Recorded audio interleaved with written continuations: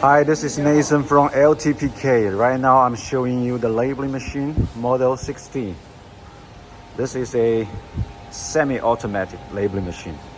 The label will coming out and be sucked to this foam and then pressed down, transfer to the object.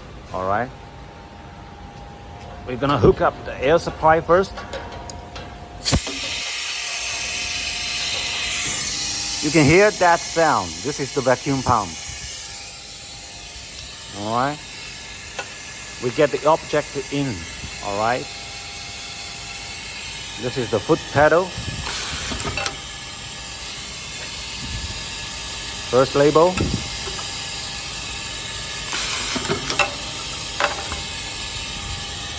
All right, second label. If you are not satisfied with the position, here, let me just turn off the air supply first so you can hear me. So, this fans and this fans, all right? Losing these two screws, moving forward and backward. Here, same, moving forward, backward. So you can change the position. If you are not satisfied with the position, adjusting here and here. All right. Now this tin can here has been tested various times, so the shape is kind of warped, so I can't get a perfect position. But you get the gist, right? And then the next is the label position. I'm gonna show you here.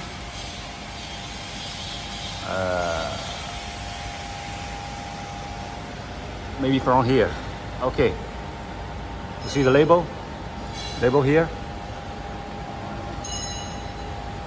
It just sticks out, this plate sticks out just a little bit. Okay.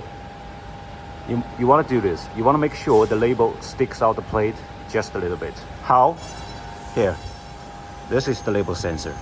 If you change the position, the screw here loose, change the position, you can change the position here, right?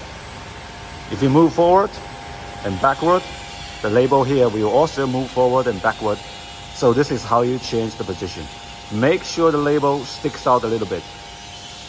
If it's not correct, you will find the label sticking half on these, half on these, right? This is not what you want. And then the next is how you thread the label. The label goes from here, beneath this shaft roller, and goes through the sensor, go to the top, through the blade, coming back, and then from here, inside these two clamping wheels, out from here, and then goes back, and then to here. All right. So this is how you set out the label. You can change the force of clamping by this screw, right? There's nothing really to talk about this machine. It's a pretty simple and straightforward machine. And then the next, here, also important, this sensor here. The top one, ignore it. This one, if you move up, the travel distance of this cylinder will change. You put the sensor to the lowest position, it will go furthermore. You move up, it will go less. So this is much related to the object you're labeling.